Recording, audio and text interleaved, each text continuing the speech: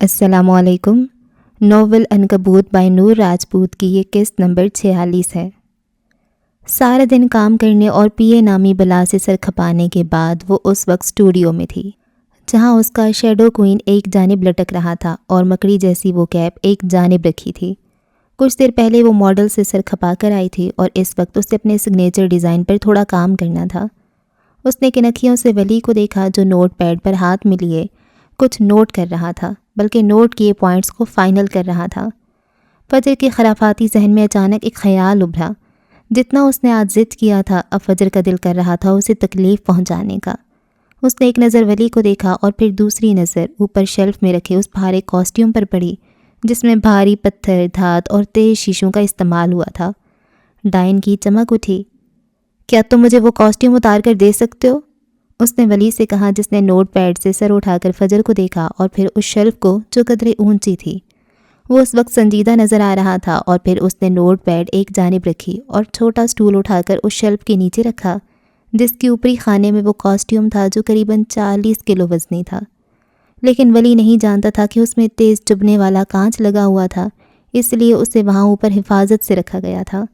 Stool پر چڑھ کر اس نے شیلف کے خانے کا دروازہ سرکایا اور جیسے اس نے کاسٹیوم کا کونا ہاتھ میں آنے پر اسے کھینچا، اگلے ہی پل کاسٹیوم کسی ہتھیار کی طرح اس کے اوپر گرا، مگر اس سے پہلے ہی اس نے دونوں ہاتھ بڑھا کر اسے تھام لیا۔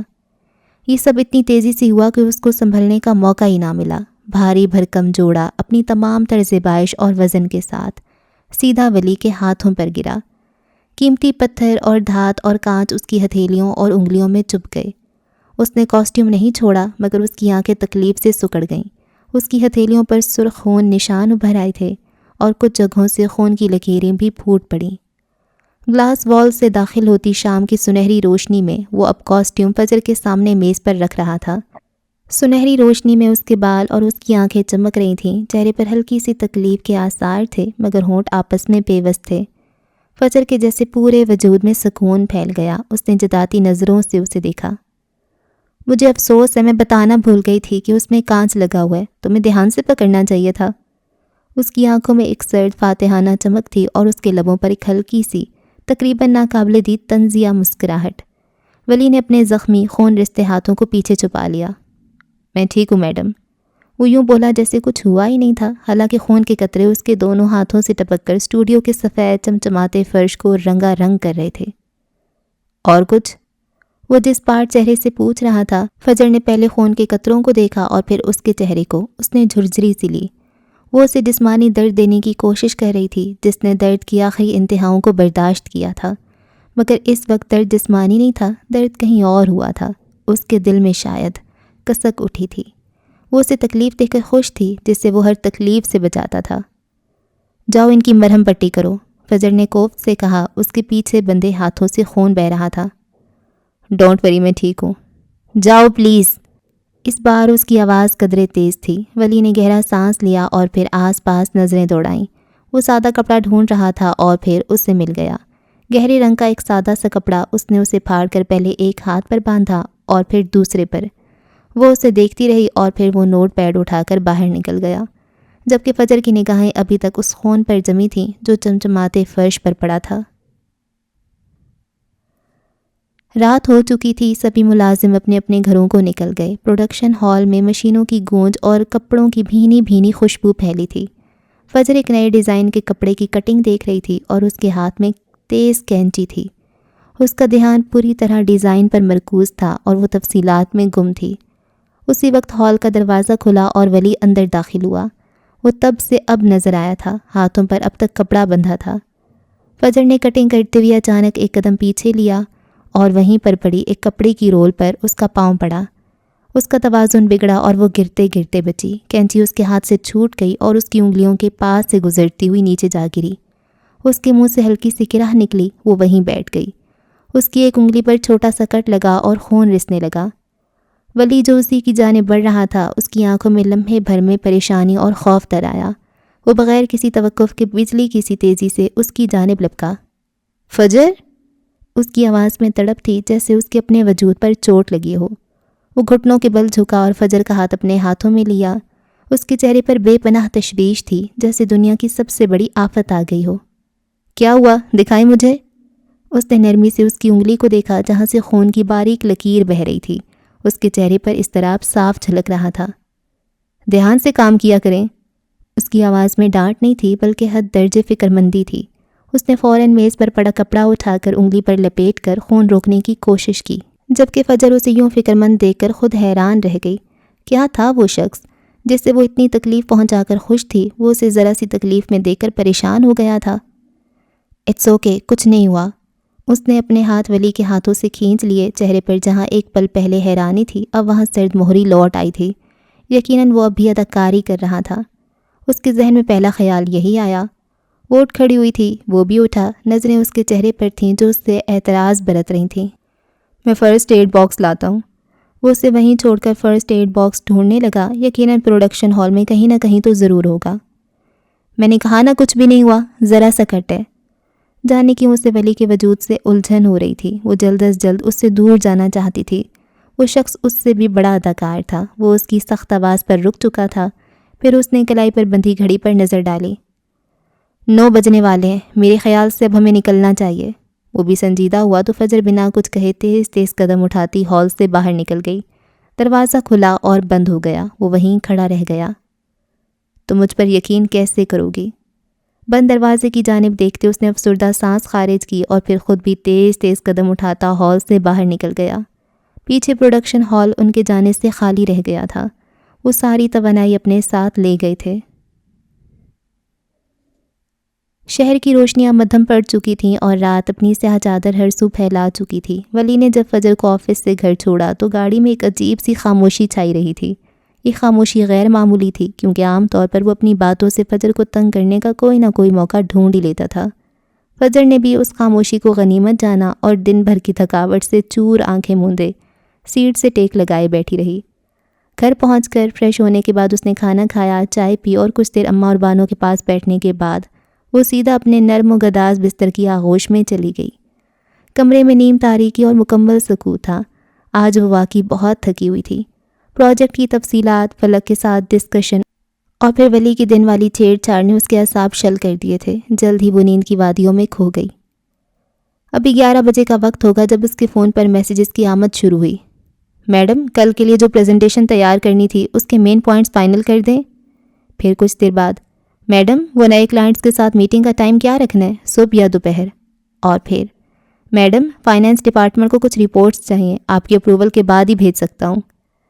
فجر نے کسمسا کر فون سائلنٹ پر لگایا مگر وائبریشن پھر بھی محسوس ہو رہی تھی۔ عام طور پر وہ خود رات گئے تک کام کرتی رہتی تھی مگر آج وہ صرف سونا چاہتی تھی۔ اس شخص کو چین نہیں ہے۔ اس نے میسیجز کو نظر انداز کرنے کی کوشش کی اور کروٹ بدل لی۔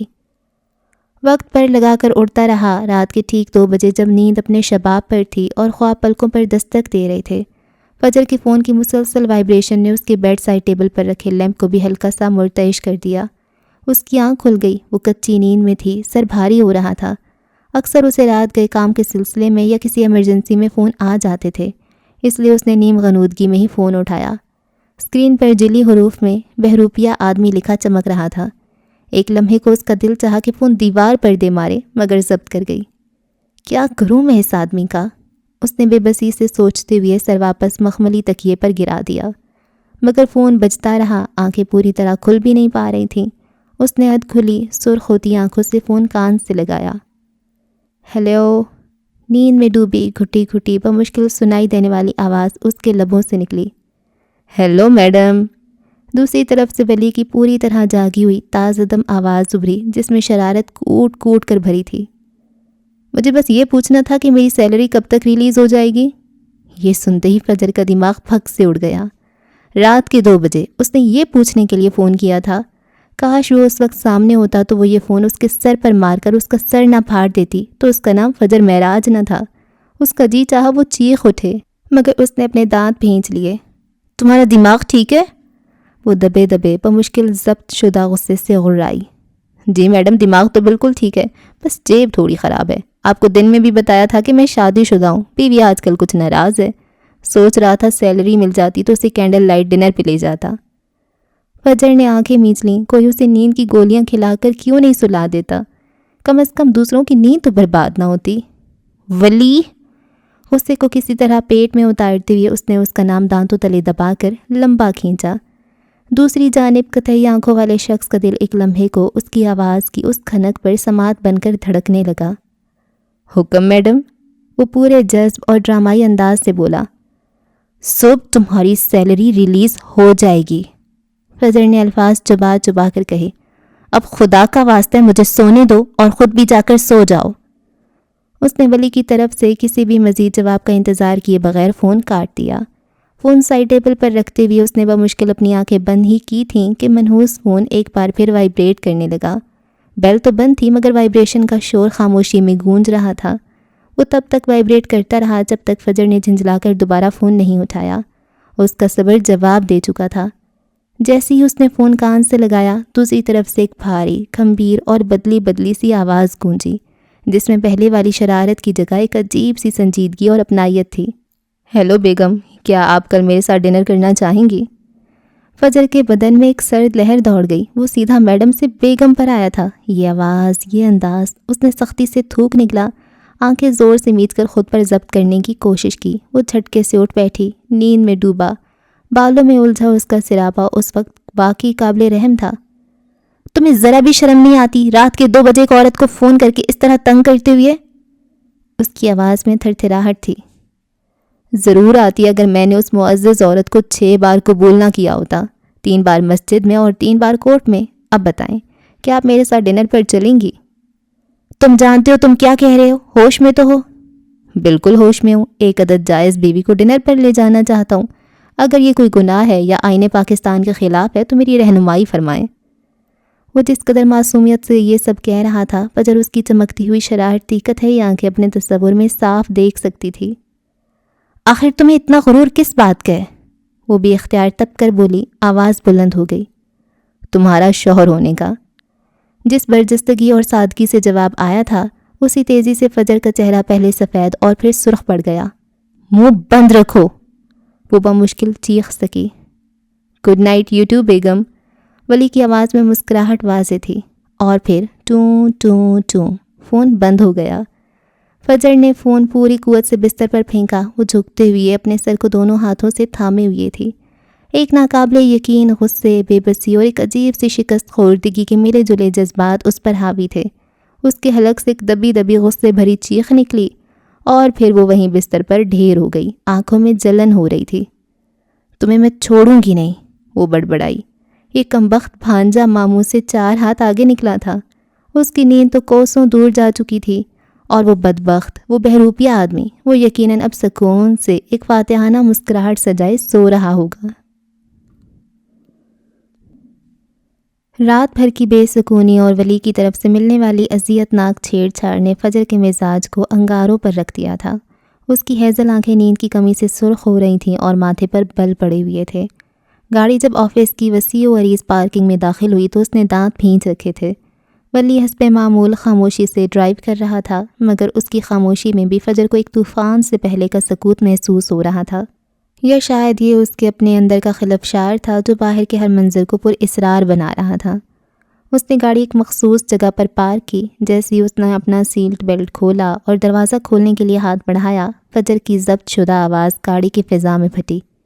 1 منٹ، ولی کہا دروازے کے ہینڈل پر ہی رک گیا۔ اس نے آہستگی سے گردن موڑ کر فجر کی طرف دیکھا۔ اس کے چہرے پر صبح کی تازگی تھی اور آنکھوں میں وہی مخصوص شرارتی چمک جسے دیکھ کر فجر کا خون کھولنے لگتا تھا۔ جی میڈم، اس نے انتہائی معصومیت اور فرمانبرداری سے پوچھا، جیسے رات 2 بجے فون کر کے اس کی نیند حرام کرنے والا کوئی اور ہی ہو۔ یہ ڈرامہ بند کرو، صاف صاف بتاؤ آخر تم چاہتے کیا ہو؟ یہ سب کیوں کر رہے ہو؟ یہ رات کے 2 بجے فون کالز، یہ صبح سویرے کی معصومانہ شکلیں، تمہارا مقصد کیا ہے؟ کس کے کہنے پر یہ کھیل کھیل رہے ہو؟ وہ پھنکار رہی تھی۔ ولی نے ایک لمحے کے لیے اسے دیکھا، پھر اس کے لبوں پر ایک ہلکی، تقریباً ناقابل دید مسکراہٹ ابھری۔ وہ آرام سے سیٹ سے ٹیک لگا کر بیٹھ گیا۔ مقصد؟ اس نے آہستگی سے دہرایا، جیسے اس لفظ کے معنی پر غور کر رہا ہو۔ مقصد تو بہت سیدھا سادہ ہے، میں آپ کے ساتھ ایک ڈنر کرنا چاہتا ہوں، اس نے سکون سے کہتے ہوئے فجر کو مزید آگ لگائی۔ کیوں کروں میں تمہارے ساتھ ڈنر؟ تم ہو کون؟ وہ پوری اس کی جانب گھوم گئی۔ دل کر رہا تھا یہیں اس کا گلا گھونٹ کر مار دے۔ ولی نے ایک نظر اسے دیکھا اور پھر تپانے والی مسکراہٹ لیے مخاطب کیا۔ وہی جس کی آپ بیوہ بنی گھومتی ہیں؟ یقیناً نہیں، لازماً اس نے خود پر 1000 بار لعنت بھیجی ہوگی، آخر اس نے بیوہ کا لفظ استعمال کیا ہی کیوں؟ وہ کئی لمحے اسے گھورتی رہی، آنکھوں میں اتنی جلن تھی کہ بس دنیا جل کر راکھ ہو جاتی، ہونٹ سب سے بھینچے ہوئے تھے، وہ جواب ہی ایسا دیتا تھا کہ اگلے سوال ختم ہو جاتے تھے۔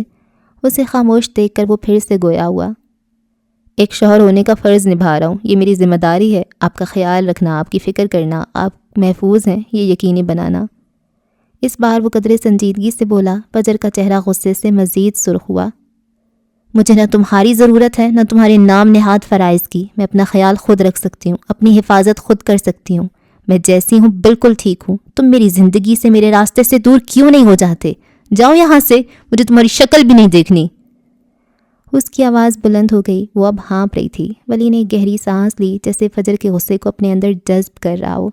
اس نے اپنی کلائی پر بندھی گھڑی پر ایک نظر ڈالی۔ ابھی تو 1 مہینہ پورا ہونے میں وقت ہے بیگم۔ اس نے بیگم کا لفظ خاص انداز میں ادا کیا جس سے فجر کے تن بدن میں مزید آگ لگ گئی۔ مہینے کے آخر میں سوچیں گے اس بارے میں، تب تک تو یہ ذمہ داری نبھانی پڑے گی، چاہے آپ کو پسند ہو یا نہ ہو۔ فجر نے ناقابل یقین نظروں سے اسے دیکھا۔ یہ کیسی ذمہ داری ہے؟ یہ کون سا معاہدہ جس کا مجھے علم نہیں؟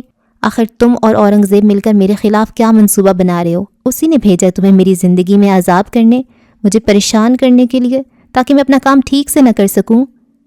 اس کے ذہن میں رئیس کا چہرہ گھوما۔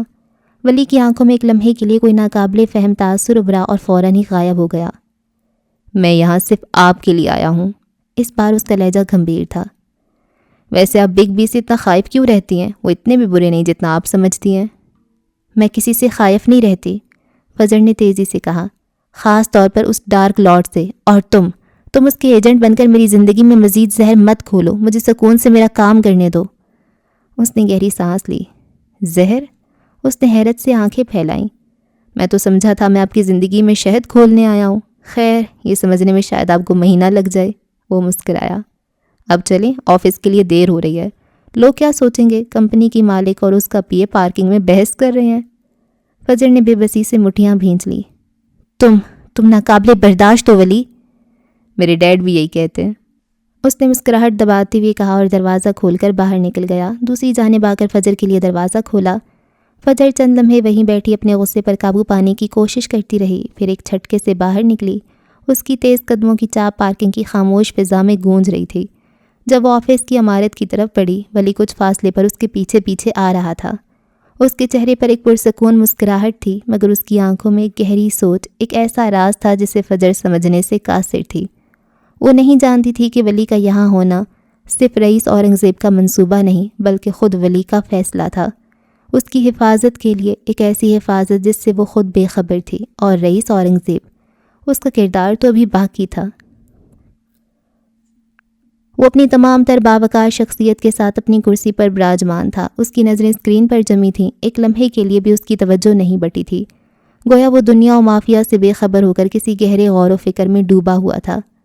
اچانک میز پر رکھا فون چیخا اور اس کی توجہ اسکرین سے ہٹ گئی۔ نمبر انجان تھا، فون لگاتار بجتا رہا، اس کی مستقل آواز کمرے کے سناٹے کو چیر رہی تھی۔ رئیس نے گہری سانس لی، گویا کسی بڑے طوفان کا سامنا کرنے کی تیاری کر رہا ہو، اور پھر فون اٹھا کر کرسی سے پشت ٹکا دی۔ ہیلو؟ اس کی گھمبیر آواز کمرے میں گونجی، لہجے میں ایک خاص قسم کا بھاری پن تھا جو اس کی شخصیت کی طرح باوقار تھا۔ تمہیں لگتا ہے تم میری فیکٹری جلا کر مجھے توڑ سکتے ہو؟ یہ برہان گردیزی تھا، گردیزی ٹیکسٹائل کا مالک۔ رئیس کے چہرے پر اس کی بات سنتے ہی ایک فاتحانہ مسکراہٹ ابھری، ایسی مسکراہٹ جو بظاہر معمولی تھی لیکن اس کے اندر ایک گہرا طنز چھپا تھا۔ کہیے گردیزی صاحب، ہارٹ اٹیک کا ڈرامہ کیسا چل رہا ہے؟ رئیس نے اپنے لہجے کو تپانے والا بنا کر کہا۔ لوگوں سے کتنی ہمدردیاں وصول کر لی ہیں، امید ہے کافی فائدہ ہو رہا ہوگا اس جھوٹی بیماری سے۔ ہاں، برہان گردیزی کو کوئی ہارٹ اٹیک نہیں ہوا تھا، یہ تو محض ایک ڈرامہ تھا جو اس نے موجودہ صورتحال کو سنبھالنے اور اپنے ناراض بیٹے کو واپس جانے سے روکنے کے لیے رچایا تھا۔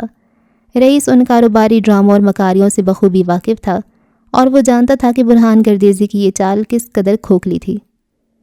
تمہیں لگتا ہے تم گردیزی ٹیکسٹائل کو پیچھے چھوڑ سکتے ہو؟ یہ تمہاری خام خیالی ہے۔ اس کے لہجے میں اب کچھ بے چینی شامل ہو چکی تھی۔ پیچھے چھوڑنے کا سوال ہی پیدا نہیں ہوتا گردیزی صاحب، کیونکہ میں بہت آگے نکل آیا ہوں، وہاں جہاں آپ کی سوچ بھی نہیں پہنچ پائے گی۔ اور یہ محض آغاز ہے۔ دوسری جانب کچھ دیر خاموشی چھائی رہی، پھر ایک خباثت بھرا کہکا ابھرا جو کسی زہریلے سانپ کی ہنسی سے کم نہ تھا۔ کبھی کبھی آسمان سے اتر کر قبرستان بھی چکر لگا لیا کرو جہاں تمہارا پورا خاندان پڑا ہے۔ برہان گردیزی کے لہجے میں ایسی کاٹ تھی کہ رئیس فوراً اپنی کرسی پر سیدھا ہو بیٹھا۔ اس کے چہرے پر پہلے تکلیف کے گہرے تاثرات ابھرے اور پھر وہ تکلیف شدید غصے میں بدل گئی۔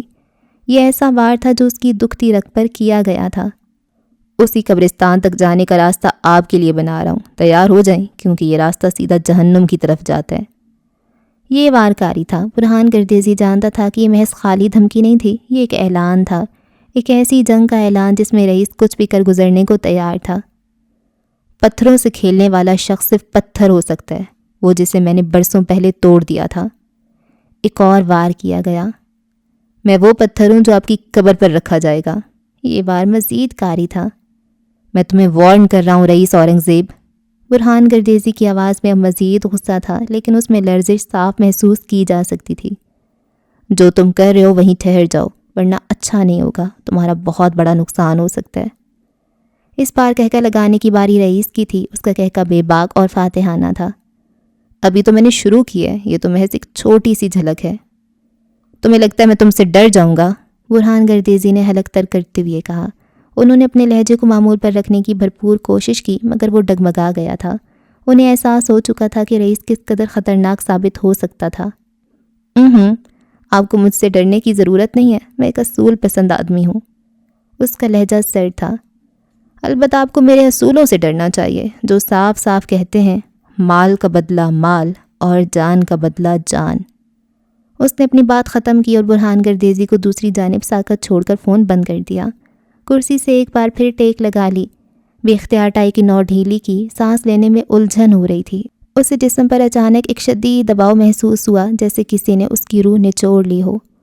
پورا کا پورا کفن میں لپٹا خاندان اس کی نظروں کے سامنے گھوم گیا تھا۔ وہ اس وقت آفس میں اکیلا تھا اور اس تنہائی میں ماضی کی تلخ یادیں اسے گھیرے ہوئے تھیں۔ بہن بھائیوں کی وہ ہنسی، وہ کلکاریاں، وہ معصوم چہرے، سب کچھ ایک ایک کر کے اس کے ذہن میں ابھر رہے تھے اور ہر یاد ایک نیا زخم دے رہی تھی۔ اس نے سانس لینے کی کوشش کی، مگر ایسا لگا جیسے کوئی اس کا گلا گھونٹ رہا ہو۔ پھر وہ ایک جھٹکے سے اٹھ کھڑا ہوا۔ صاف پیشانی پر پسینہ پھوٹ پڑا تھا۔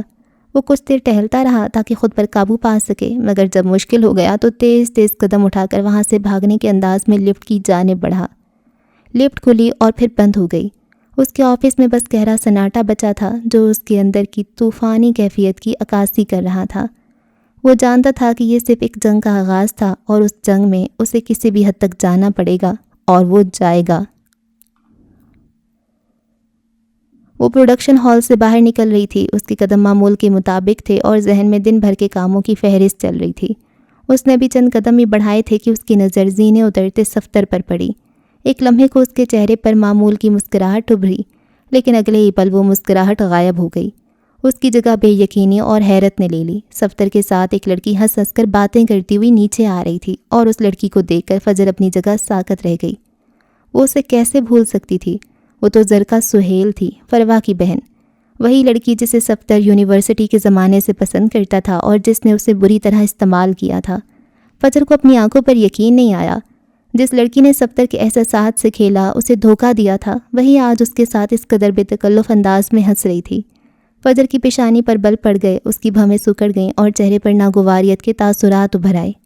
صفتر کی نظر بھی فجر پر پڑ چکی تھی۔ اس کے چہرے کا رنگ ایک لمحے کو متغیر ہوا، جیسے کسی نے اس کی مسکراہٹ چھین لی ہو، لیکن اس نے جلدی خود پر قابو پا لیا۔ وہ اپنی جگہ کھڑی تھی۔ حیرت اور غصے کے ملے جلے تاثرات اس کے چہرے پر عیاں تھے جب صفتر زرکا کے ہمراہ فجر ہی کی جانب بڑھا۔ زرکا کے چہرے پر ایک تپانے والی فاتحانہ مسکراہٹ تھی جو فجر کو کسی زہر کی طرح کڑوی لگی۔ ہیلو فجر، کیسی ہو؟ زرکا نے اپنی خوبصورت مسکراہٹ چہرے پر سجائے پوچھا۔ سیاہ سوٹ میں بھورے بال اس کے کندھوں پر پھیلے ہوئے تھے۔ وہ بلا شبہ اچھی لگ رہی تھی، لیکن فجر کو اس وقت وہ کسی زہریلی چڑیل سے کم نہیں لگ رہی تھی۔ میں ٹھیک ہوں، اس کی آواز میں ایک سختی تھی۔ کیا ہم بات کر سکتے ہیں؟ اس نے اپنا رخ صفتر کی جانب موڑا۔ وہ فوراً ہی صفتر سے اس ملاقات کی وجہ جاننا چاہتی تھی، خاص طور پر اس زرکا کی یہاں موجودگی کی وجہ۔ دراصل میں ابھی ذرا بیزی ہوں، صفتر نے بغیر کسی شرمندگی کے کہا۔ گھنٹے تک ملتا ہوں۔ اور پھر وہ زرکا کو لے کر باہر نکل گیا۔ جبکہ فجر گہری سانس لے کر رہ گئی۔ اس کے آس پاس پتہ نہیں کیا کچھ ہو رہا تھا اور وہ بس کھڑی دیکھتی رہ گئی۔ اور پھر 1 گھنٹے بعد صفدر فجر کے دفتر آیا۔ وہ کرسی پر بیٹھتے ہوئے اس طرح نارمل انداز میں بات کر رہا تھا جیسے زرکا اس کی کوئی خاص ہو، جیسے اس کا یہاں آنا کوئی غیر معمولی بات نہ ہو۔ وہ میں زرکا کو ڈراپ کرنے گیا تھا، اس نے بے فکری سے آگاہ کیا۔ تم اس لڑکی کے ساتھ کیا کر رہے تھے؟ فجر نے خود پر قابو پانے کی بہت کوشش کی لیکن ناگواریت اس کے چہرے سے چھلک پڑی۔ اس کی آواز میں جھنجھلاہٹ صاف محسوس کی جا سکتی تھی۔ کیا مطلب ہے کیا کر رہا تھا؟ صفدر کے لہجے میں بھی اب سختی آ چکی تھی۔ وہ میری دوست ہے اور دوست؟ فجر نے اس کی بات کاٹی، اس کی آواز بلند ہو چکی تھی۔ جس لڑکی نے تمہیں دھوکہ دیا، استعمال کیا، تم اسے دوست کہہ رہے ہو؟ وہ جھٹکے سے اٹھ کھڑی ہوئی۔ اور تو اور تم اسے منار بھی لے آئی، یہ کیا تماشا ہے؟ وہ اسے منار میں برداشت نہیں کر سکتی تھی۔ بھولو مت کہ منار اتنا ہی میرا ہے جتنا تمہارا، صفدر نے اسے ٹوکا۔ اور وہ لڑکی کوئی غیر نہیں ہے، وہ میری محبت ہے، ہم جلد ہی منگنی کر رہے ہیں۔ فجر پر کسی نے جیسے ٹھنڈا پانی ڈال دیا۔ اس کے الفاظ نے فجر کو ساکت کر دیا۔ وہ حیرانی سے اسے تکے گئی۔ اس کی آنکھوں میں بے یقینی تھی جیسے وہ کسی دوسرے شخص کو دیکھ رہی ہو۔ وہ صفدر جو اسے بہن مانتا تھا، جو اس سے ہر بات شیئر کرتا تھا، وہ اتنی بڑی بات چھپا گیا تھا۔ کئی لمحے وہ اسے بے یقینی سے دیکھتی رہی۔ اس کا ذہن مکمل طور پر مفلوج ہو چکا تھا اور پھر اس کی دھیمی آواز سنائی دی جو بمشکل اس کے گلے سے نکلی تھی۔ تم نے مجھے بتایا نہیں۔ کچھ باتیں پرسنل ہوتی ہیں فجر، یقیناً تمہاری بھی ہوں گی۔ لہجے میں بے رخی تھی۔ اس نے نظریں ملائیں۔ تمہارا منگیتر کون تھا؟ نکاح کس سے ہوا؟ تم بیوہ جب ہوئی تم نے مجھے نہیں بتایا اور نہ میں نے پوچھا۔ یہ انسان کی ذاتیات ہوتی ہیں۔ اور زرکا میری ہونے والی فیونسی ہے، اس کے بارے میں کچھ بھی غلط مت کہنا پلیز۔ اس نے پلیز جیسے زبردستی لگایا تھا جو اس کی بات میں کوئی نرمی پیدا نہ کر سکا بلکہ اس کی بے رخی کو مزید نمایاں کر گیا۔ فجر اب تک اسے حیرت سے دیکھ رہی تھی۔ وہ نہیں سمجھ پائی کہ صفدر کیوں اتنا اکھڑا رہنے لگا تھا جبکہ وہ اسے حیران چھوڑ کر کمرے سے باہر نکل گیا۔ وہ دفتر کے درمیان میں کھڑی رہ گئی۔ اس کے آس پاس کی ہر چیز گھومتی ہوئی محسوس ہو رہی تھی۔ لوگ اپنی زندگیاں آگے بڑھا رہے تھے۔ صفدر، زرکا سب آگے بڑھ چکے تھے۔ ایک وہی تھی جو اپنی جگہ جمی رہ گئی تھی، وقت کے بھنور میں قیدی بن کر۔ لاؤنج میں ایک ناقابل بیان خاموشی چھائی ہوئی تھی۔ باہر سما روشن تھا مگر اندر دیواریں بھی جیسے کسی اندیکھے بوجھ تلے دبی ہوئی تھیں۔ فلک اپنی روشن آنکھوں کے باوجود اس وقت بجھی بجھی سی نظر آ رہی تھی۔ وہ صوفے پر یوں سکڑ کر بیٹھی تھی جیسے خود کو سمیٹ لینا چاہتی ہو۔ اس کے ہاتھ بے چینی سے ایک دوسرے کو مسل رہے تھے۔ سامنے والے صوفے پر بڑا بھائی بشارت سنجیدگی کا مجسمہ بنے بیٹھا تھا۔ اس کے پہلو میں فخر اور فاخرہ یوں خاموش تھے جیسے کسی انہونی کے منتظر ہوں۔ کمرے میں موجود قیمتی فرنیچر، دیواروں پر آویزاں جدید آرٹ کے نمونے اور کونے میں رکھی کتابوں سے بھری الماری، سب فلکی ذہنی کیفیت کے سامنے بے معنی سے لگ رہے تھے۔ بشارت نے گلا صاف کرتے ہوئے گفتگو کا آغاز کیا۔ اس کی آواز میں ہمیشہ کی طرح ایک ٹھہراؤ اور فیصلہ کن انداز تھا۔ فلک، تم جانتی ہو ہم یہاں کیوں ہیں؟ ابا سائن کا حکم ہے اور تمہاری پڑھائی بھی مکمل ہو چکی ہے۔ 2 سال کی مہلت ختم ہوئی، اب واپسی کا وقت ہے۔ فلک نے ایک لمحے کے لیے آنکھیں اٹھا کر بشارت کو دیکھا، پھر نظریں جھکا لیں۔ وہ جانتی تھی مہلت ختم ہو چکی تھی، ڈگری مکمل ہو چکی تھی اور اب اسے واپس جانا تھا۔ یہ دنیا اس کی دنیا نہیں تھی۔ اس کی آواز بمشکل نکلی۔ میں جانتی ہوں مگر کیا فلک؟ بشارت نے پیشانی پر بل ڈالتے ہوئے پوچھا۔ تم نے ماسٹرز کر لیا جیسا تم چاہتی تھی، ہم نے تمہارا ہر طرح سے ساتھ دیا۔ فخر اور فاخرہ تمہاری وجہ سے یہاں لاہور میں مقیم رہے، اپنا گھر بار چھوڑ کر۔ ابا سائی نے صرف ایک شرط رکھی تھی کہ ڈگری مکمل ہونے پر تم خاموشی سے ان کے فیصلے کے مطابق شادی کر لو گی، اور اب وہ شرط پوری کرنے کا وقت ہے فلک۔ فخر نے مداخلت کی۔ اس کی آواز میں بشارت کی نسبت نرمی تھی۔ فلک، تم سمجھ رہی ہو نا، قوم میں سب تمہارا انتظار کر رہے ہیں، اور رجب ہی امریکہ سے واپس آ گئے۔ تمہیں یاد ہے نا ابا سائن کا وعدہ؟ رجب کا نام سن کر فلک کے دل میں ایک ٹیس سی اٹھی۔ رجب رضا ان کے قبیلے کا تھا جس سے وہ کبھی ملی تک نہیں تھی، مگر جس کے نام کے ساتھ اس کا نام 2 سال پہلے ہی نتھی کر دیا گیا تھا۔ یہ بھی لاہور آنے آگے بڑھنے کی شرائط میں سے ایک تھی۔ ایک انجانہ خوف اس کے اندر پھیل گیا۔ شادی تو ٹھیک ہے بھائی، مجھے اعتراض نہیں، لیکن کیا؟ بشارت بھائی کی آواز میں اب ہلکی سی سختی آنے لگی۔ دیکھو فلک، تمہاری وہ کتاب اور اس پر ہونے والی باتیں اور یہ جو تمہیں دھمکیاں مل رہی ہیں، کیا یہ سب کافی نہیں ہمیں پریشان کرنے کے لیے؟ ہم سب تمہاری حفاظت کے لیے فکر مند ہیں۔ فلک کا چہرہ سرخ ہو گیا، دھمکیوں کا خوف اپنی جگہ، مگر اس کے لکھنے کا جنون، اس کا مقصد اس سے کہیں بڑا تھا۔ میری کتاب پر تنقید اس لیے ہو رہی ہے کیونکہ میں سچ لکھتی ہوں، ان لڑکیوں کے بارے میں لکھتی ہوں جن کی آواز دبا دی جاتی ہے، جن کی شناخت چھین لی جاتی ہے، جن کے خواب مٹی میں ملا دیے جاتے ہیں۔ میں نے فجر کے ساتھ مل کر ایک نیا پروجیکٹ شروع کیا ہے، ہم ان لڑکیوں کے لیے کچھ کرنا چاہتے ہیں۔ میں اب پیچھے کیسے ہٹ جاؤں؟ جب میں نے اپنے مقصد کی جانب قدم بڑھا دیا تو واپس کیسے پلٹ سکتی ہوں؟ فاخرہ جو اب تک خاموش تھی دھیرے سے بولی، تم ٹھیک کہہ رہی ہو فلک، مگر حالات بہت خراب ہیں۔ تمہارا یہاں رہنا، باہر جانا، جب فخر یہاں نہیں ہوتا تو مجھے خود بہت ڈر لگتا ہے۔ ہمیں واپس چلنا چاہیے۔ تم یہ سب لکھنا چھوڑ دو فلک۔ یہ فاخرہ کا علاقہ نہیں تھا، وہ بچپن سے جامشوروں میں رہی تھی، لاہور کی تیز دنیا اسے پسند نہیں آئی تھی، مگر فلک کے لیے اس نے اور فخر نے قربانی دی تھی۔ وجاہت عالمگیر اسے کسی صورت آنے نہیں دینا چاہتے تھے، پھر اس کی بگڑتی طبیعت اور ذہنی حالت کے پیش نظر بشارت بھائی اور فخر نے مل کر اس کا ساتھ دیا۔ ابا سائیں کو منایا گیا اور شرط یہ رکھی گئی کہ رجب جو ان کے قبیلے کا ایک پڑھا لکھا شخص تھا، اس وقت امریکہ میں تھا اپنی پڑھائی کے لیے اور ان دنوں جامع شروع آیا ہوا تھا، اس سے فلک کو نتھی کر دیا گیا تھا۔ وہ اچھا اور قابل لڑکا تھا، بشارت بھائی اور فخر کو وہ رئیس سے کہیں زیادہ پسند آیا تھا۔ فلک کا بھی کوئی اعتراض نہیں بنتا تھا، مگر ابھی وہ اپنے پروجیکٹ مکمل کیے بنا واپس نہیں جانا چاہتی تھی۔ میں جانتی ہوں آپ سب میری فکر کرتے ہیں، لیکن کیا اس فکر کا یہ مطلب ہے کہ میں لکھنا چھوڑ دوں، اپنا مقصد چھوڑ دوں؟ جس کام کے لیے میں نے اتنی محنت کی، جس کے لیے میں نے اتنی مخالفتیں سہیں، اسے ادھورا چھوڑ دوں؟ اس کی آواز میں اب درد اور بغاوت کا امتزاج محسوس ہوا۔ آخر کب تک ہم اس نظام کی افریت تلے دبے رہیں گے؟ مجھے شادی پر اعتراض نہیں، مگر یہ لکھنا چھوڑنے کو کیوں کہا جا رہا ہے؟ کیوں؟ بشارت نے بے بسی سے ہاتھ پھیلائے۔ فلک، سمجھنے کی کوشش کرو، قبیلے کی روایات ہیں، خاندان کی عزت کا سوال ہے۔ ابا سائیں کی صحت بھی ٹھیک نہیں، وہ مزید کوئی پریشانی برداشت نہیں کر سکتے۔ تمہارا لکھنا یہ ہمارے ماحول سے مطابقت نہیں رکھتا۔ جن لوگوں کو تمہارا فون نمبر مل سکتا ہے وہ یقیناً جانتے ہوں گے کہ تم کس خاندان سے ہو، اور اگر قبیلے تک یہ باتیں پہنچ گئیں تو جانتی ہو کیا ہوگا؟ فلک کے اندر جیسے کچھ ٹوٹ سا گیا، اس کی آنکھوں میں آنسو تیرنے لگے۔ ماحول سے مطابقت نہیں رکھتا؟ بشارت بھیا، میں نے لاہور آ کر تعلیم اس لیے حاصل کی تھی کہ اپنی جیسی ان گنت لڑکیوں کی آواز بن سکوں، جنہیں پیدا ہوتے ہی چپ کرا دیا جاتا ہے، جنہیں بتایا جاتا ہے کہ ان کی زندگی کا مقصد صرف چولہا ہانڈی اور بچے پیدا کرنا ہے، جنہیں خواب دیکھنے کی بھی اجازت نہیں۔ میں چاہتی ہوں لوگ جانے کہ عورت چولہا ہانڈی اور بچوں کے ساتھ خواب بھی دیکھ سکتی ہے، اس کی آنکھیں اندھی نہیں ہیں۔ میرا لکھا لڑکیوں کو جینے کی نئی امید دے رہا ہے، میں اسے نہیں چھوڑ سکتی۔ اس کی آواز بھر آ گئی۔ بچپن میں میری منگنی رئیس سے کر دی گئی، وہ مجھ سے عمر میں کئی سال بڑا تھا اور اس رشتے کے لیے راضی نہیں تھا، پھر بھی مجھے اس کے ساتھ باندھ دیا گیا۔ میں نے تب بھی کچھ نہیں کہا، پھر اس نے خود ہی وہ رشتہ توڑ دیا۔ میری کیا غلطی تھی؟ کیا مجھ سے پوچھا گیا تھا کہ میں کیا چاہتی ہوں؟ نہیں، اب پھر وہی کہانی دہرائی جا رہی ہے۔ رجب، ایک اور نام، ایک اور چہرہ جس سے میں واقف نہیں۔ چلے مجھے اسے شادی کرنے میں کوئی مسئلہ نہیں ہے، مجھے آپ لوگوں پر بھروسہ ہے، لیکن کیا میرا مقصد بھی اتنا بے وقت ہے کہ اسے یوں مسل دیا جائے؟ وہ اپنی جگہ سے اٹھی، اس کے ہاتھ اب بھی کانپ رہے تھے۔ ابا سائیں نے مجھے پڑھنے بھیجا، یہ سوچ کر کے ڈگری لے کر میں بھی باقی لڑکیوں کی طرح خاموش ہو جاؤں گی، مگر علم تو روشنی دیتا ہے، وہ سوال کرنا سکھاتا ہے۔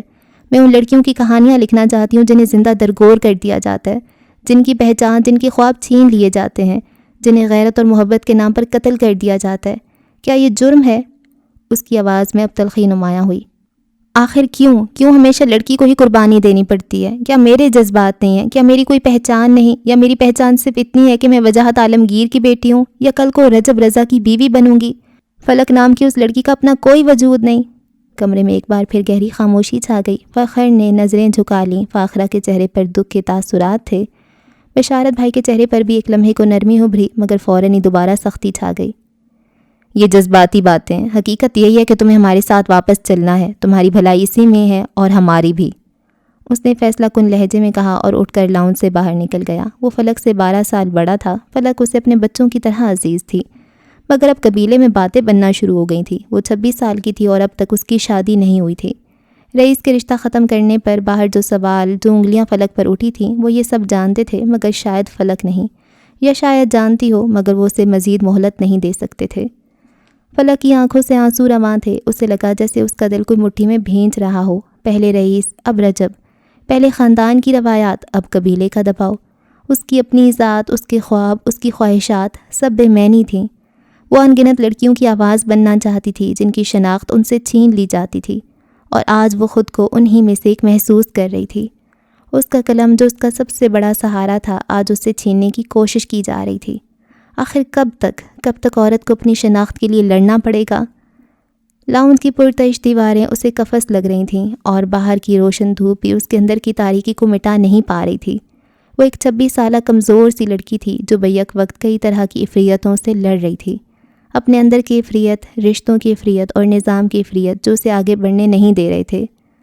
اندر اور رشتوں کی افریت سے تو ہم سب آشنا ہیں، مگر ایک اور افریت بھی ہے جو ہمارے باہر موجود ہے، ہمارے ارد گرد رقصاں ہے، ایک بے شکل سایہ جو ہماری زندگیوں پر محیط ہے۔ یہ افریت کوئی ایک ہستی نہیں بلکہ کثیر الجہتی قوت ہے جو انسانوں اور نظام کے طور پر ہماری اوپر سایہ فگن رہتی ہے۔ کبھی یہ استحصال کرنے والے نظام کی صورت میں نمودار ہوتا ہے جہاں دولت چند ہاتھوں میں سمٹ جاتی ہے اور محنت کشوں کا لہو نچوڑ لیا جاتا ہے، ایک ایسا جال جہاں قرض اور غربت کے اندیکھے شکنجے روحوں کو جکڑ لیتے ہیں۔ یہ وہ افریت ہے جو طاقت کے پجاری انسانوں کے لبادے میں آتا ہے، چاہے وہ بدعنوان حکمران ہو جو عوام کے خوابوں پر شب خون مارتے ہیں، یا ظالم سرمایہ دار جو صرف منافع کی ہوس میں انسانیت کے گلے پر چھری پھیرتے ہیں۔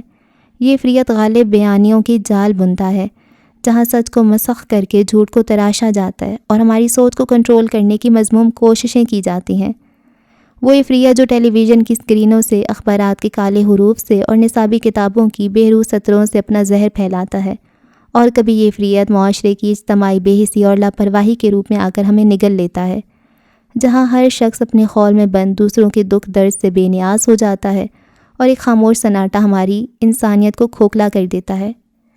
یہ باہر کا افریت صرف وجود نہیں رکھتا بلکہ یہ ہمارے ساتھ کھیلتا ہے، ہماری رگوں میں زہر گھولتا ہے۔ یہ سب سے پہلے ہماری شناخت کو مسخ کرتا ہے، ہمیں ایک سانچے میں ڈھالنے کی کوشش کرتا ہے، ہماری انفرادیت کو کچل کر ہمیں ایک بے نام ہجوم کا حصہ بنا دیتا ہے جہاں ہم صرف اعداد و شمار بن کر رہ جاتے ہیں۔ یہ ہمارے اندر خوف اور مایوسی کے بیج بوتا ہے، ہمیں مسلسل ایک ایسے نفسیاتی دباؤ میں رکھتا ہے جہاں ہمیں لگتا ہے کہ ہم کسی ایسی طاقت کے رحم و کرم پر ہیں جس کے خلاف لڑنا ناممکن ہے۔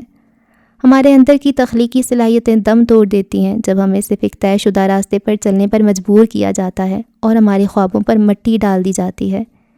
یہ افریت دھیرے دھیرے ہماری امید کی شمع کو گل کرتا ہے، ہمیں یہ یقین دلاتا ہے کہ ہماری تقدیر لکھی جا چکی ہے اور کوئی تبدیلی ممکن نہیں۔ یہ ہمیں ایک ایسے بھنور میں دھکیل دیتا ہے جہاں سے نکلنا محال نظر آتا ہے، مگر سب سے خطرناک بات یہ ہے کہ یہ افریت ہمیں ایک دوسرے سے دور کرتا ہے، انسانی رشتوں میں بے اعتمادی کا زہر بھرتا ہے اور یوں انسانیت کے اعلیٰ اقدار کو اپنے گندے قدموں تلے روند ڈالتا ہے۔ یہی وہ افریت ہے جو ہماری زندگیوں پر قابض ہے، مگر اس سے رہائی کی کوئی کرن نظر نہیں آتی۔ فلک کو بے آواز سے سکتے ہوئے دے کر فاخرہ اس کی جانب بڑھی، وہ اب اسے چپ کروا رہی تھی جبکہ فخر کا دل برا ہو گیا۔ وہ اپنی بہن کا ساتھ تو دے رہا تھا مگر اس نے بھی ایک ایسا مقصد چن لیا تھا کہ ایک نظام اس کا مخالف ہو چکا تھا۔ اس نے گہری سانس لی۔ تم پریشان مت ہو، میں بشارت بھائی سے بات کرتا ہوں، کوئی راستہ نکالتا ہوں۔ وہ اسے دلاسا دے کر خود بھی باہر نکل گیا۔ کیا ہم مشرقی لڑکیاں واقعی مضبوط ہیں؟ اس کی خوبصورت انگلیاں لیپ ٹاپ کے کی بورڈ پر پھسل رہی تھیں۔ نہیں، ہم مشرقی لڑکیاں اتنے بھی مضبوط نہیں ہوتیں، ہم تو بس تربیت یافتہ ہو جاتی ہیں، ٹرینڈ۔ ہماری روحوں میں صدیوں کی خاموشیاں گوند دی گئی ہیں، ہمارے اندر وہ صبر کوٹ کوٹ کر بھر دیا گیا ہے جو کسی انجان گناہ کی سزا معلوم ہوتا ہے۔ دنیا ہماری آنکھوں میں ایک چمک دیکھتی ہے، ہمارے قدموں میں ایک استقامت محسوس کرتی ہے، مگر انہیں کیا خبر کہ یہ چمک دراصل بھڑکتی ہوئی راکھ پر پڑا ایک نقاب ہے، اور یہ استقامت کسی بے بس پرندے کے پروں کا پھڑپھڑانا ہے جو سونے کے پنجرے میں قید ہے۔ ہمیں لڑنا نہیں سکھایا جاتا، ہمیں صرف سہنا سکھایا جاتا ہے، ہمیں بولنا نہیں سکھایا جاتا، ہمیں بس خاموش رہنا سکھایا جاتا ہے۔ ہمارے خوابوں کو پر لگنے سے پہلے ہی کاٹ دیا جاتا ہے اور ہمارے جذبوں کو ایک بے نام خوف کی گہرائیوں میں دفن کر دیا جاتا ہے۔ ہمیں سکھایا جاتا ہے کہ دوسروں کی خوشی میں اپنی زندگی تلاش کریں، کہ ہمارے آنسو کسی کی مسکراہٹ پر بھاری نہ پڑیں۔ ہم اچھی لڑکیاں بننے کی اس دوڑ میں خود کو بھول جاتی ہیں۔ ہماری یہ مضبوطی ایک دھوکہ ہے، یہ وہ تربیت ہے جو ہمیں اپنی روح پر تشدد کرنے پر مجبور کرتی ہے۔ اندر ہی اندر ایک قیامت بپا ہوتی ہے، ایک شور اٹھتا ہے، مگر باہر کی دنیا صرف ہمارے چہرے پر پھیلی ایک مصنوعی مسکراہٹ دیکھتی ہے۔ کاش کوئی ہماری آنکھوں میں چھپی اس ویرانی کو پڑھ سکے، کاش کوئی ہماری دبی ہوئی آہوں کو سن سکے جو رات کی تاریکی میں اپنے ہی وجود سے مکالمہ کرتی ہیں۔ ہم صرف مظلوم نہیں، ہم تربیت یافتہ مظلوم ہیں، اور یہ تربیت ہم سے جینے کا حق، خود ہونے کا حق چھین لیتی ہے۔ شام کے سائے گہرے ہو رہے تھے اور دن بھر کی ہنگامہ خیزی نے فجر کو بے طرح تھکا دیا تھا۔ وہ اپنے آفس کی کرسی پر براجمان تھی، نظریں سامنے بیٹھی فلک پر جمی تھیں۔ فلک کا چہرہ ستا ہوا تھا، آنکھیں سوجی ہوئی تھیں۔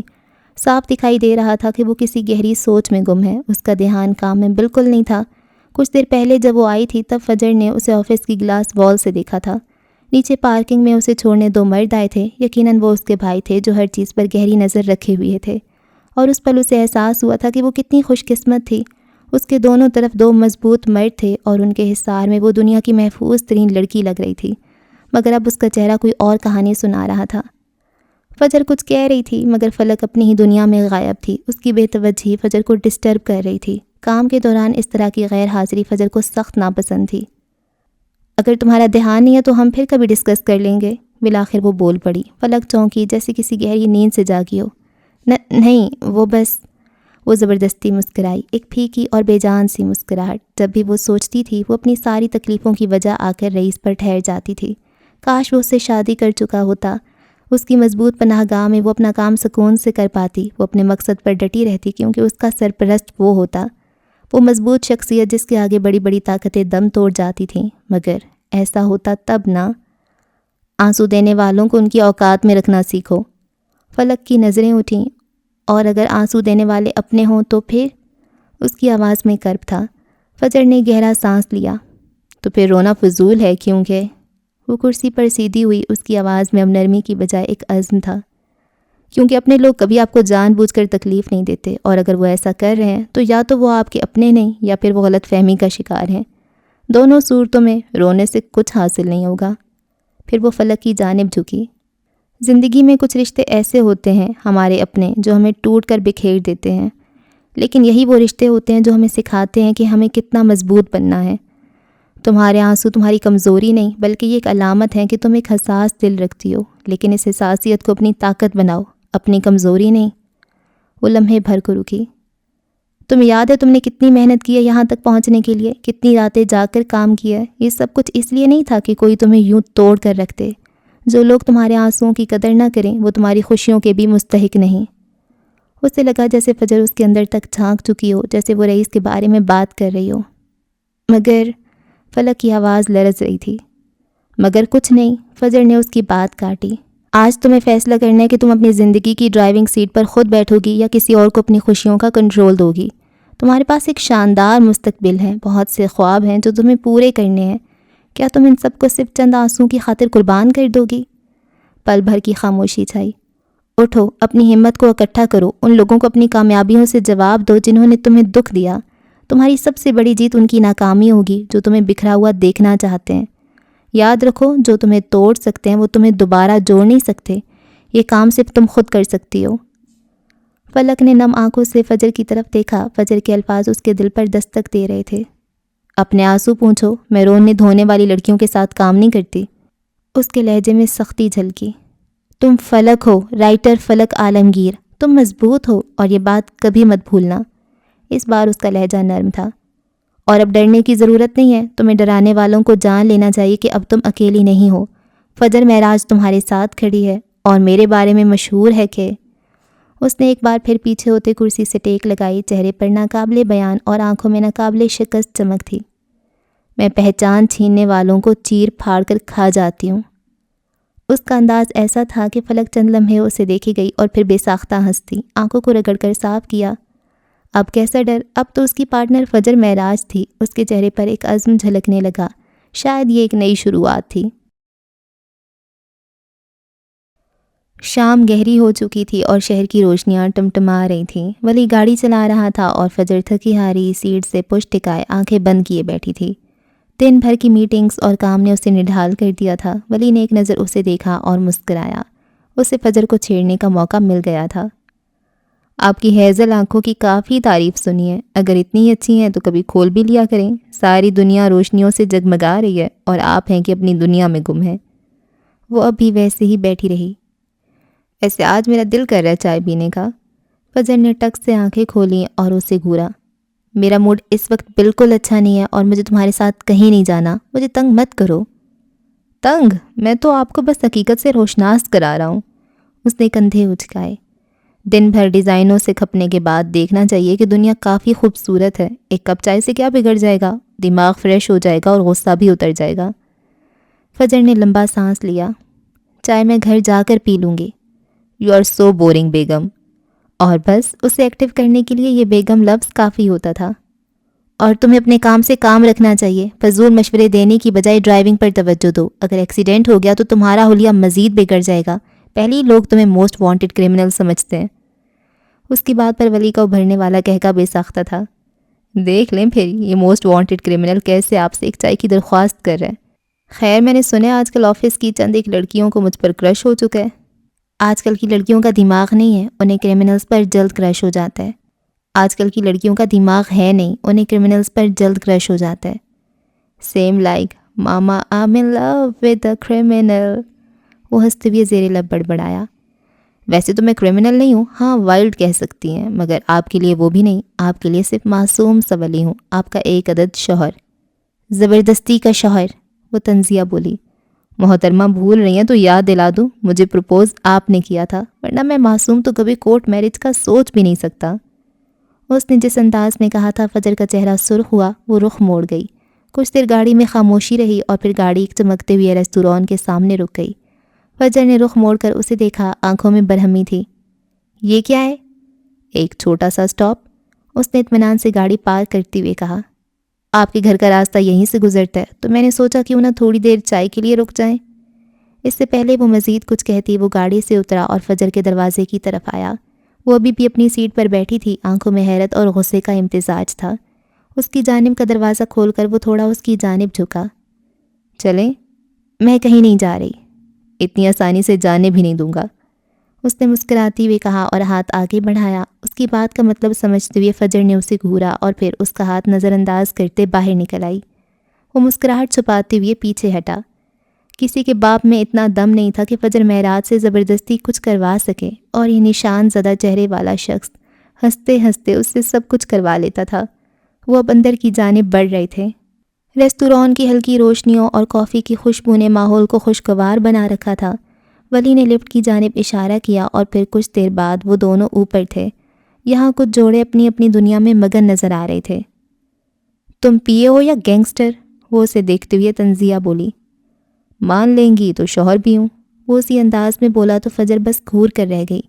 سمجھ نہیں آیا اسے کیا جواب دے، اکثر الفاظ دم توڑ جاتے تھے۔ کبھی کبھی اچھے کام کے لیے تھوڑی زبردستی کرنی پڑتی ہے۔ دیکھیے اب ماحول کتنا اچھا ہے، جیسے تتلیوں کو اڑنے کے لیے کھلی فضا مل گئی ہو، اس نے سکون سے کہتے کرسی سے ٹیک لگائی۔ فجر نے کرسی سے ٹیک لگاتے گردن اٹھا کر اوپر دیکھا۔ وہ کافی اونچائی پر تھے، اوپر آسمان صاف نظر آ رہا تھا۔ ذرا سا رخ موڑ کر نیچے دیکھو تو ٹریفک کی لائنیں موتیوں کی طرح جگمگ کر رہی تھیں۔ وہ سینے پر بازو باندھے آنکھیں بند کیے کرسی سے پشت ٹکا کر بیٹھی رہی۔ ٹھنڈی ہوا اس کے گالوں کو چھوتے سرگوشیاں کر رہی تھی۔ وہ ہاتھ پر تھوڑی ٹکائے اسے دیکھتا رہا۔ ویٹر آرڈر لے کر جا چکا تھا۔ بند آنکھوں کے پیچھے فجر کو اپنے دماغ میں ڈھیر سارا شور سنائی دے رہا تھا۔ منظر بدل رہا تھا، مختلف آوازیں، مختلف چہرے۔ شور اتنا تھا کہ اسے دماغ پھٹتا محسوس ہوا۔ اس نے جھٹ سے آنکھیں کھول دیں۔ آنکھوں کے عین سامنے وہ بیٹھا تھا۔ اس کے چہرے پر نظریں جمائے۔ اس کی کتھئی آنکھوں کا تاثر اتنا نرم تھا کہ شاید ہی کسی نے فجر کو پہلے اتنی نرمی سے دیکھا ہو۔ وہ چند لمحے اسے دیکھتی رہی، پھر آنکھیں موند لی۔ اس بار تصور کے پردے پر صرف اس کی کتھئی آنکھیں لہرائیں، ان کی چمک، ان کی نرمی، اور پھر دھیرے دھیرے شور ساکت ہوتا گیا۔ اب وہ اپنے قریب سے گزرنے والی ہواؤں کو سن سکتی تھی، اور پھر اسے کچھ یاد آیا۔ میرے لیے اب تک بارش کی آواز دنیا کی سب سے خوبصورت آواز ہے۔ بارش نہیں ہو رہی تھی، مگر اس کی آواز اپنی سماعت میں محسوس کر سکتی تھی۔ وہ اسے سن سکتی تھی۔ ایک لمبا عرصہ اس نے وہ ٹیپ سنتے گزارا تھا، اور ابھی بھی سنتی تھی جب اسے نیند نہیں آتی تھی۔ پھر اسے ایک خوشبو کا احساس ہوا۔ نہیں، یہ رئیس کی طاقتور خوشبو نہیں تھی، بلکہ یہ ولی کے کلون کی مہک تھی جس میں طاقت سے زیادہ نرمی تھی۔ اس نے آنکھیں کھول دیں۔ اس بار وہ اس کے ساتھ والی کرسی پر بیٹھا تھا، اس کے قریب۔ اسے آنکھیں کھولتا دیکھ کر مسکرایا۔ جانتا ہوں ایک آرٹسٹ کا دماغ کبھی خالی نہیں ہوتا، آوازیں اس کا پیچھا نہیں چھوڑتی، مگر پھر بھی خود کا خیال رکھا کریں۔ وہ اب سنجیدہ سا کہہ رہا تھا۔ فجر نے اس کی بات سنی اور پھر آگے ہو بیٹھی۔ وہ آج کل کافی مشکلات کا سامنا کر رہی تھی۔ راج کرنا اتنا آسان نہیں ہوتا، یہ قیمت مانگتا ہے، جان کی قیمت، اور رعایا پھر بھی خوش نہیں ہوتی۔ ولی نے غور سے اس کی بات سنی اور پھر اس کی آواز سنائی دی، بیگم آپ بس راج کریں، رعایا میں سنبھال لوں گا۔ وہ مسکرایا تو فجر اسے دیکھ کر رہ گئی۔ ویٹر چائے رکھ گیا تھا، ولی اب چائے میں چینی مکس کر رہا تھا جبکہ وہ اسے دیکھے گئی۔ اب مت پوچھنا کہ میں یہ کرنے والا ہوں کون، جواب آپ کو پتہ ہے۔ اس نے فجر کا کپ اس کی جانب سرکایا۔ وہ بس اسے گھور کر رہ گئی، کپ اٹھا کر لبوں سے لگایا۔ وہ شرارت سے اسے دیکھے گیا۔ ہاں وہ وہی تھا جس کی وہ بیوہ بنی گھومتی تھی۔ وہ رات کی تاریکی میں اپنے کمرے کی بالکنی میں کھڑی تھی۔ فضا میں ہلکی سی خنکی تھی اور دور شہر کی روشنیاں ٹمٹما رہی تھیں۔ اس کے ہاتھ میں نیم گرم چائے کا کپ تھا جس سے اٹھتی بھاپ ہوا میں گھل رہی تھی۔ اس کی نظریں دور افق پر مرکوز تھیں، جہاں شہر کی عمارتیں مدھم روشنی میں ایک مبہم سا منظر پیش کر رہی تھیں۔ ریشمی بال جو اس کی پشت پر بکھرے ہوئے تھے ہلکی ہوا کے جھونکوں سے رقص کر رہے تھے، اور اس کا نفیس ریشمی گاؤن بھی ہوا کی لہروں کے ساتھ ہل رہا تھا۔ گہری سوچ میں گم اس نے اپنی فون پر نظر ڈالی اور پھر ایک نمبر ملایا۔ اسکرین پر روشن نام پڑھا جا سکتا تھا، ڈارک لارڈ۔ پانجا تو نوٹس پیریڈ پر تھا ہی، کیوں نہ ماموں سے بھی نمٹ لیا جائے۔ دوسری جانب پہلی ہی گھنٹی بجنے پر فون اٹھا لیا گیا۔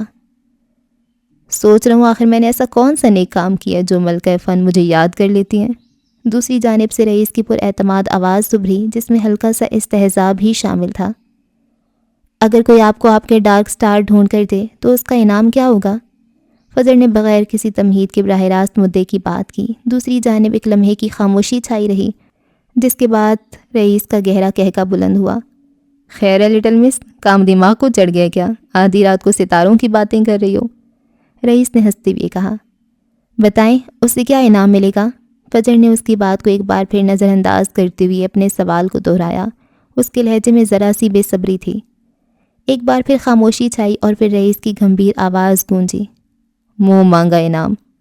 فجر کے نازک لبوں پر ایک سرد مسکراہٹ پھیل گئی۔ یہ وہ مسکراہٹ تھی جس کے پیچھے زہر چھپا ہوتا تھا۔ رئیس صاحب اپنی سلطنت لوٹانے کے لیے تیار ہو جائیں، کیونکہ میں آپ کے ڈارک سٹارز ڈھونڈ چکی ہوں۔ اس کے لہجے میں اتنا یقین تھا کہ رئیس اس بار کہکا لگانے سے قاصر رہا، البتہ اس کے چہرے پر ایک محتاط مسکراہٹ ضرور نمودار ہوئی۔ یہ رئیس کی سلطنت ہے، یوں ہی نہیں لوٹ سکتی، میں ہر ایرے غیرے پر اپنی سلطنت نہیں لوٹا دیتا۔ اس کی آواز میں اب بھی ہلکا سا تمسخر تھا۔ تو کیا آپ یہ شرط لگانا چاہیں گے؟ فجر نے چیلنج کیا۔ شرطیں ہمیشہ جیتنے والوں سے لگائی جاتی ہیں، اور ابھی تک تم نے کچھ جیتا نہیں ہے۔ رئیس نے زیر لب مسکراتے ہوئے کہا، لیکن تمہاری دلچسپی دیکھ کر اچھا لگا۔ کیا تم چاہتی ہو کہ میں تمہیں انعام کی تفصیلات بتاؤں؟ انعامات میں خود طے کرتی ہوں، اس نے پرسکون لہجے میں جواب دیا۔ کل شام 7 بجے؟ رئیس نے ایک لمحے کے لیے توقف کیا۔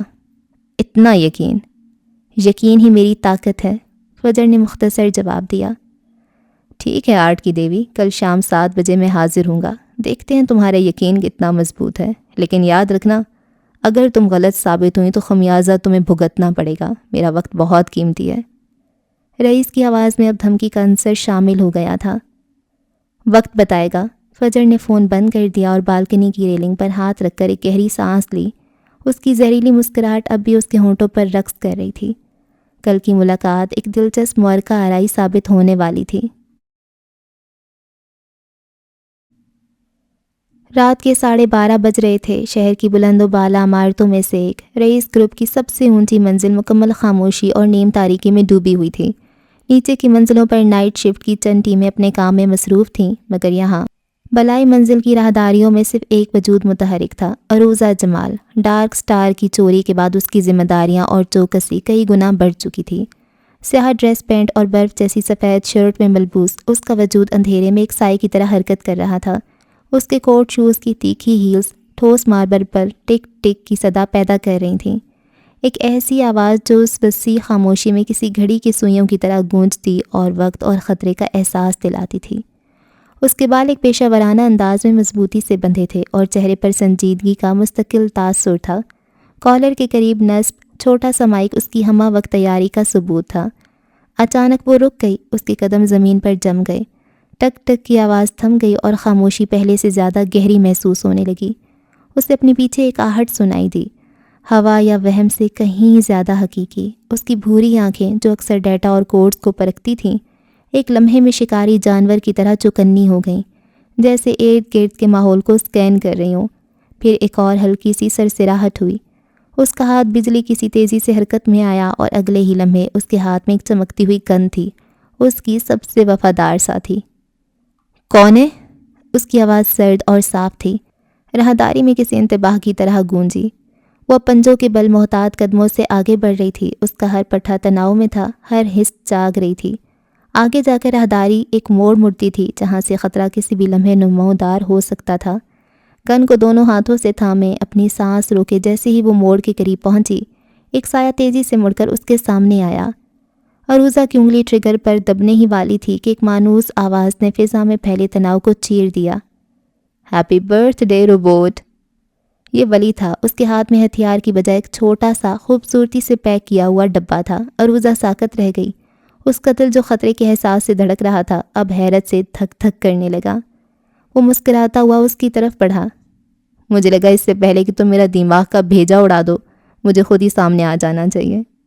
اس نے وہ ڈبہ عروضہ کی طرف بڑھایا۔ عروضہ کا گن والا ہاتھ بے جان ہو کر پہلو میں گر گیا۔ اس نے بے یقینی سے ڈبے کو دیکھا اور پھر ولی کے چہرے کو۔ اس کی زندگی میں سالگرہ کا مطلب رئیس کی طرف سے منہ مانگی جدید ترین ٹیکنالوجی، رئیس اور مراد کے ساتھ کسی مہنگے ریستوران میں ڈنر یا فارم ہاؤس پر گھوڑ سواری اور نئے ہتھیاروں کی ٹیسٹنگ ہوتا تھا۔ یہ سب لین دین تھا، ضرورت اور حیثیت کا اظہار، مگر یہ چھوٹا سا ڈبہ، یہ کچھ اور تھا۔ اس نے گن واپس اپنی پینٹ میں اڑس لی اور کپکپاتے ہاتھوں سے ڈبہ کھولا۔ اندر 2 چاکلیٹ کپ کیکس تھے اور ان کے ساتھ ایک چھوٹا سا کارڈ رکھا تھا۔ اس نے کارڈ اٹھایا۔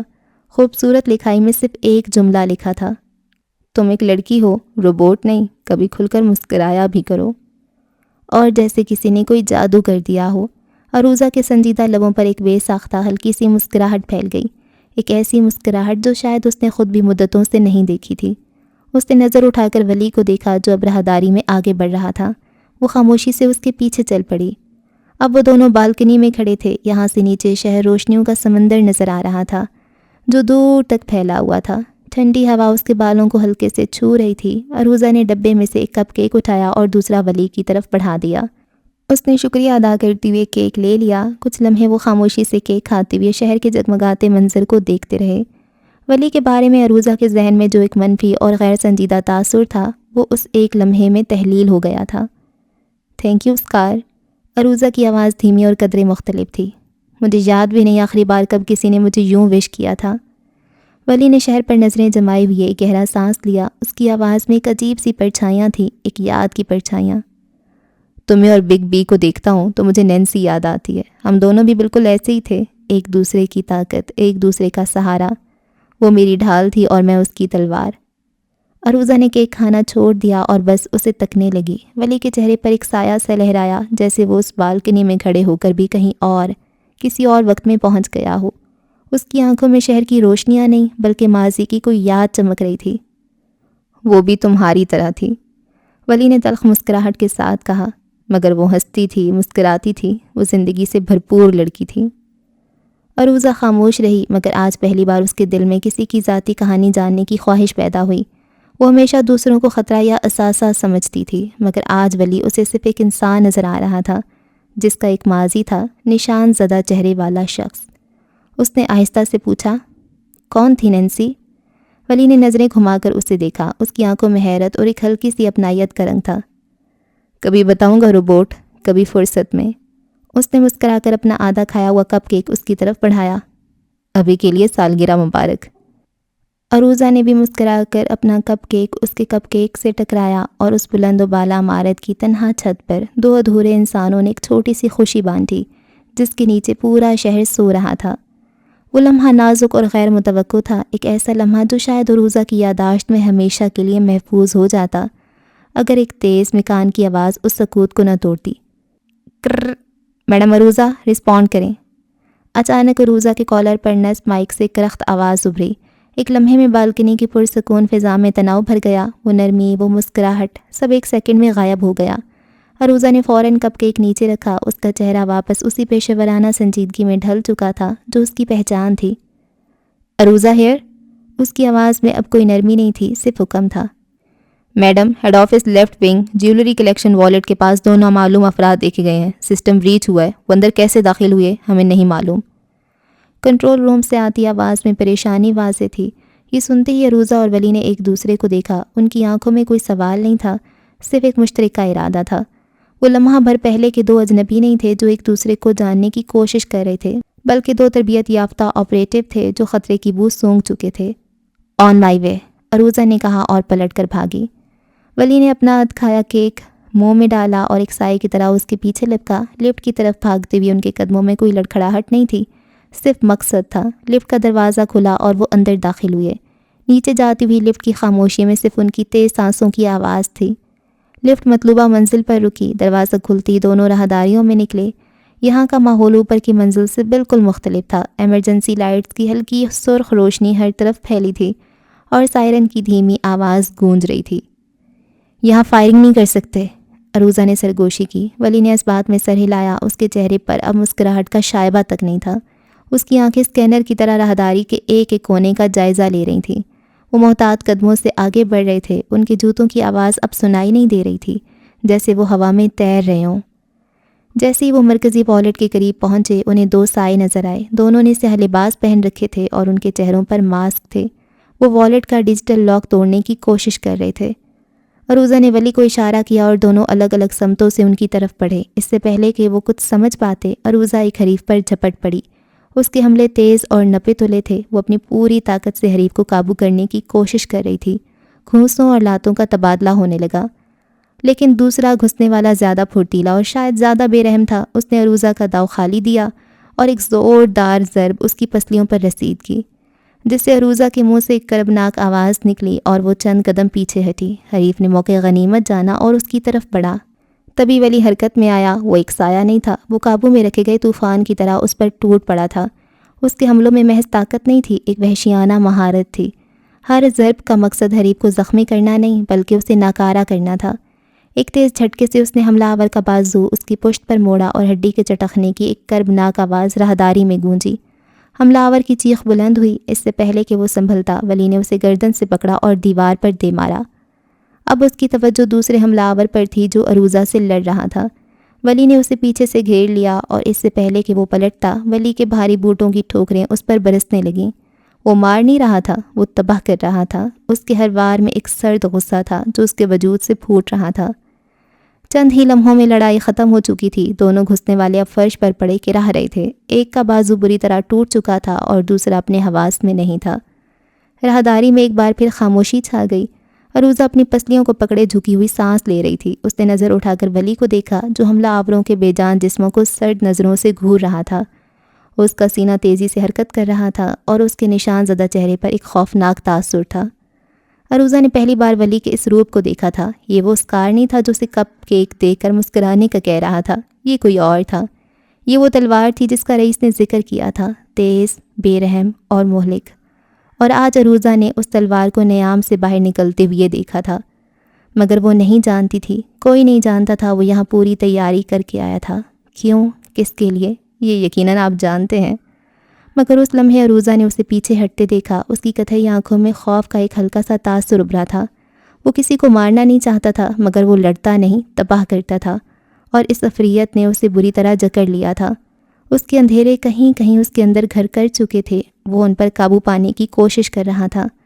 زمین پر پڑے وہ دونوں شخص بے طرح کے رہ رہے تھے، جسے اس نے چند لمحوں میں خاک چٹا دی تھی. خود وہ گہرے سانس لیتا 4 قدم پیچھے ہٹ گیا، جبکہ عروضہ اسے گہری نظروں سے دیکھتی رہی. اوکے جی، تو اس ایپیسوڈ کو ہم یہاں پہ ختم کرتے ہیں. کون ہے یہ جو منار اور رئیس گروپ کے پیچھے پڑا ہوا ہے؟ کبھی اس پہ حملے ہو رہے ہیں، کبھی اس پہ حملے ہو رہے ہیں. اور رئیس تو خیر وہ ان کا دشمنی چل رہی ہے نا برہان گردیزی کے ساتھ، کیونکہ بہت پہلے جب برہان اس کی رئیس کی فیکٹری میں آگ لگ گئی تھی، یہ سب بہت ان کی بری حالت ہو گئی تھی، اور پھر اس کی فیملی کا پورا ایکسیڈنٹ ہو گیا تھا. تو وہ برہان نہیں لگائی ہوگی نا، کیوں کہتے ہیں آگ کے بدلے آگ، مال کے بدلے مال. تو اس نے اب آگ لگائی ہے اس کی فیکٹری میں اور اب جان اس نے لینی ہے. یہ برہان نہیں بھیجے ہوں گے، لیکن منار کے ساتھ برہان کا تو ابھی تک ایسا کوئی مسئلہ نہیں ہے نا. اس کو کون مروا رہا ہے؟ اور مجھے تو لگتا ہے کہ عروضہ کہیں ولی کو پسند نہ کرنے لگ جائے. نہیں کرنا چاہیے، اتنی کیک شیک نہیں لانے چاہیے۔ اور ایک چیز جو مجھے اچھی لگ رہی ہے وہ یہ ہے کہ فجر اس سے ڈیورس نہیں مانگ رہی، رشتہ ختم کرنے کا نہیں کہہ رہی، بس فی الحال اسے اگنور کریے، سائڈ پہ کریے، چھوڑنے کا نہیں کہہ رہی، یہ ایک اچھی بات ہے۔ اور کیا ہوا ہے؟ ہاں، فلک کا یہ ایشو ہے کہ اس کو وہ لینے آ گئے ہیں، اس کی فیملی بھی ٹھیک ہے اپنی طرف سے کہ اس کی وجہ سے اس کے بھائی بھابھی 2 سال لاہور میں رہے ہیں، لاہور ہے کراچی ہے کہاں ہے، جہاں پر بھی رہے ہیں، تاکہ وہ اپنا ماسٹرز کر لیا، ماسٹرز ہو گیا تو اب واپس آؤ، لکھنا پڑھنا تم گھر سے بھی کر سکتی ہو۔ تو وہ اس کے دھمکیاں مل رہی ہیں، اس کو فون پہ وہ کالز کر رہے ہیں، تو یہ خطرناک بات ہے نا۔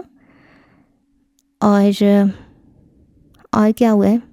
ہاں، صفدر زرقا کے ساتھ مل گیا، وہ بھائی نمونے۔ اب اس نے تمہیں پہلے کتنا برے والا چیٹ کیا تھا، اور اب وہ ابھی بھی تو کچھ کر سکتی ہے۔ جو ایک دفعہ دھوکہ دے سکتا ہے وہ دوبارہ بھی دھوکہ دے سکتا ہے۔ دھوکے بازوں کو آپ معاف کر دیں لیکن دوبارہ زندگی میں جگہ نہ دیں۔ اب یہ صفدر کے ساتھ جو ہوگا وہ سب دیکھیں گے۔